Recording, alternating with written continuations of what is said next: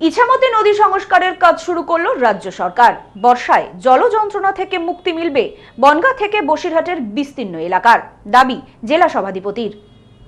বনগাঁ বিবেক জ্যোতি সুভাষ উৎসব মেলা 2026 আয়োজনে প্রতাপগড় স্পোর্টিং ক্লাব 23 জানুয়ারি থেকে 22 ফেব্রুয়ারি। স্টল বুকিং, বিজ্ঞাপন ও যে কোনো প্রয়োজনে ফোন করুন 8777411850 এই নম্বরে।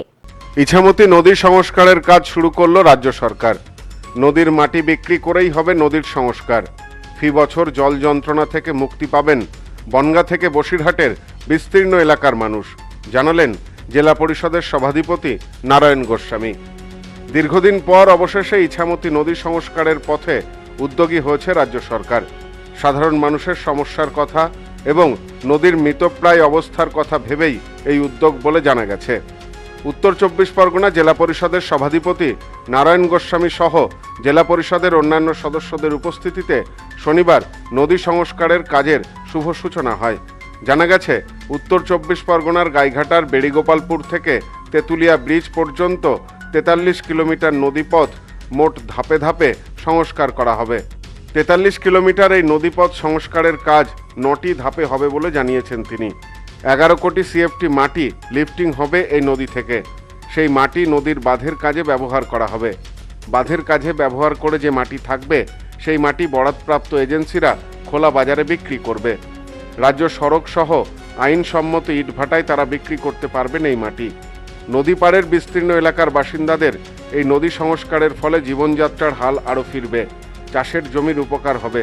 নদীর জলে প্লাবিত এলাকার মানুষ জল যন্ত্রণা থেকে মুক্তি পাবেন বলেও দাবি প্রতিনিধি দলের। নদী সংস্কারের কাজ শুরু হওয়ায় খুশি নদীপাড়ের বাসিন্দারা। রাজ্য সরকারের এই উদ্যোগকে সাধুবাদ জানিয়েছেন তারা। এ বিষয়ে জেলা সভাধিপতি বলেন, 8.5 কিমি নদীপথ সংস্কার হচ্ছে। ইছামতি নদীর তেঁতুলিয়া ব্রিজ পর্যন্ত 43 কিমি নদীপথ ধীরে ধীরে সংস্কার করা হবে। কাজের সূচনার পর বিরোধীদের টিপ্পনি করতেও ছাড়েননি জেলার সভাধিপতি। তিনি বলেন, ফিতে কাটা আর নদী সংস্কার এক নয়। কেন্দ্রীয় সরকার কবে নদী সংস্কার করেছে আমি সভাধিপতি জানি না, এখানকার যারা জনপ্রতিনিধি স্থানীয় তারা জানে না, এবং আমার জেলা শাসকও জানে না। একবার দেখলাম যে কে কবে একটা ফিতে কেটেছিলেন। তো এই ফিতে কাটা আর নদী সংস্কারের কাজ দুটো আলাদা। আজকে দেখলেন যে নদী কিভাবে খনন করতে হয়, সেটা একটু আগেই দেখলেন। এটা মমতা বন্দ্যোপাধ্যায় এই ফেজে কালেঞ্চি থেকে ঘোলা 8.5 কিলোমিটার রাস্তা, 8.5 কিলোমিটার নদী পথ, এখান থেকে পলি উত্তোলন করা হবে। টোটালি এখান থেকে তেঁতুলিয়া ব্রিজ পর্যন্ত 43 কিলোমিটার নদী পথের রাস্তা সংস্কার হবে, যেখানে 11 কোটি সিএফটি মাটি এখান থেকে লিফটিং হবে।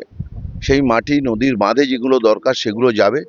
বাকিটা যে সমস্ত এজেন্সি বরাত পেয়েছেন তারা বাজারে বিক্রি করবেন। জাতীয় সড়ক, রাজ্য সড়ক বা যেগুলো আইনসঙ্গত ইটভাটা তাদের কাছে বিক্রি করতে পারেন, সেটা তাদের বিষয়। আমরা এই কাজ শুরু করেছি। এটা মমতা বন্দ্যোপাধ্যায়ের বাস্তবসম্মত একটা পরিকল্পনা। Bureau report, news no man's land, Gaighata.